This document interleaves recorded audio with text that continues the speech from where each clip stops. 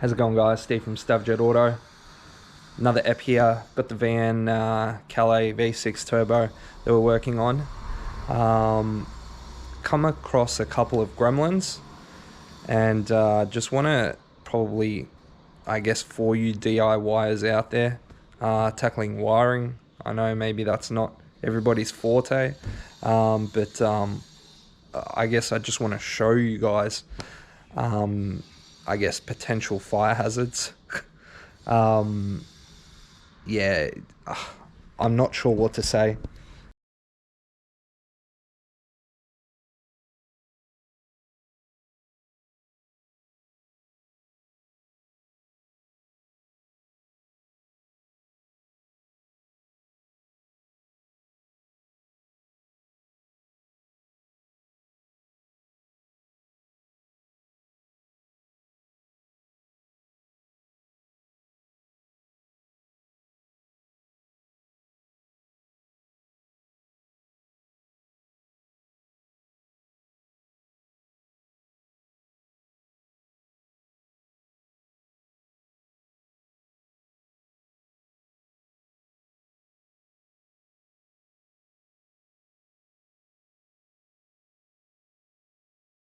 Specifically, you DIYers tackling wiring, I want to show you guys something, and I just want to show you a fire hazard, and I guess how we can tackle this if you guys out there were trying to do a similar job, and I'll show you the correct tooling and the correct way to go about terminating something like this. Alright, so I've just set the camera up and I just want to show you guys, notice this straight away. So Astra power steering pump, there we go, and sorry, just setting up the camera, and I found this lug. So this was somewhere over here, and how I actually came across it is it was quite loose, and then I had a quick look. It was pretty twisted, and then I thought, you know what, I'm gonna give it a pull test. So you guys are here seeing it. Look at this. Ready?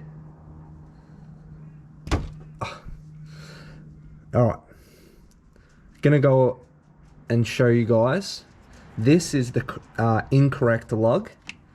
It's 3510. So if you're reading these lugs, or these crimp-on terminals, ring terminals, whatever you want to call them, you've got the 35, you'll see on the lug, and then you've got the dash 10. So the dash 10 is the hole size, and the 35 is the millimeter square. So when you guys are, I guess, purchasing your cable from an auto electrical store or whatnot, usually has a millimeter square, and you can determine that and then purchasing the correct terminals to suit.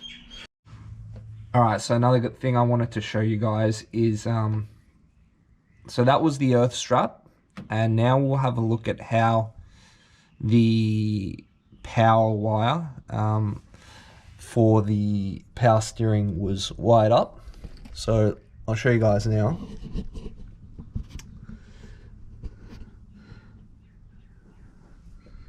So not sure what to think of that, but I guess it happens. Let's see if I can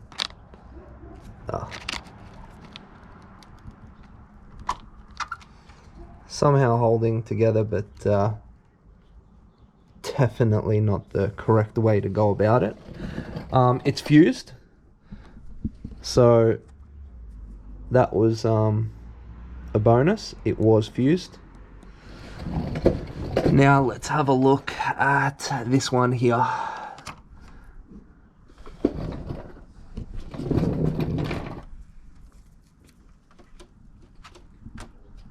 Oh, it's not coming together, but not sure. there is some solder holding that.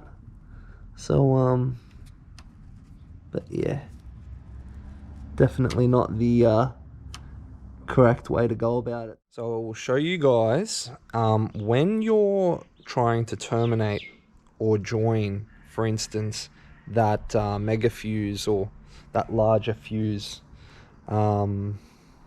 holder. Yeah, solder's not going to work for that thickness. You'd need a heavy gauge solder to get it hot, but then you'll end up melting the insulation. So they've got, I'll show you guys what I'm going to use to fix that. And you can buy these at any auto electrical store. They are called closed barrel splicers or closed barrel lug joiners. So have a look here. So there you go. Now if you guys remember me saying for the battery terminals, the ring terminals, they have some lettering on them. So this is 70mm squared and 8mm hole. So that would be for some welding cable. Now these also have that lettering, and this just has the obviously millimeter square for the wire size. So this is 25mm squared. They come in all different sizes. So you've got little lug joiners here, got a bit bigger, and then there you go. Now this is my crimping tool, hydraulic crimper.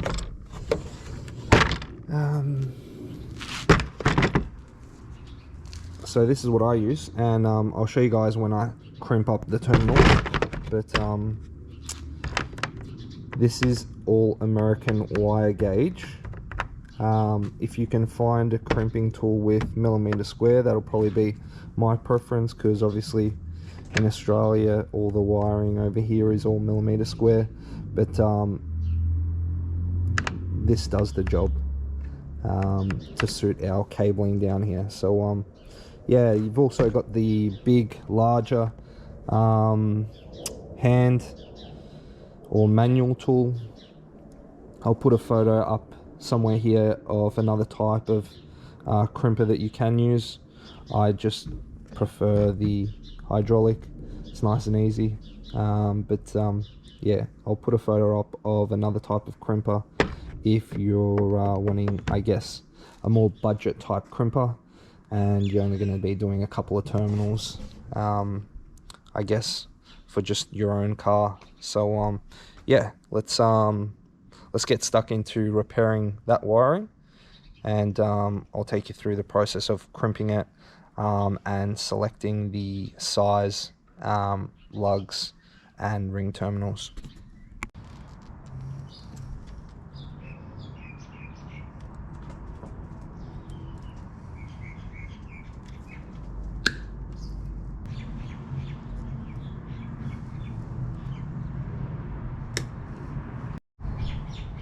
Alright, so just strip the insulation back, and I'll show you. So we're using one of those lug joiners. So this one here is 10mm square. So I've got some. Now this is a particular heat shrink. It's not just your everyday general purpose heat shrink or jewel wall. You can't purchase this at your general parts store. This is Raychem SEL.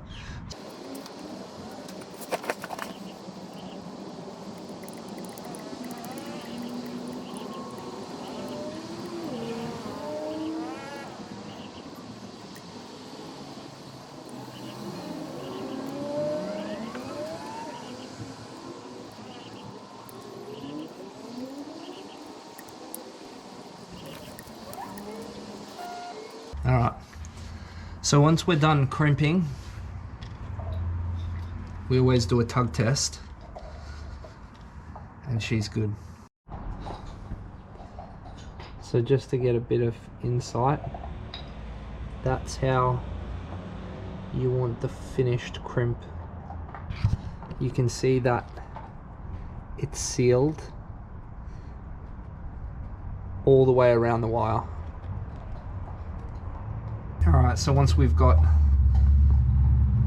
that crimped on, heat shrink goes over the top there, and now I'll cut this back. So let's go about somewhere here.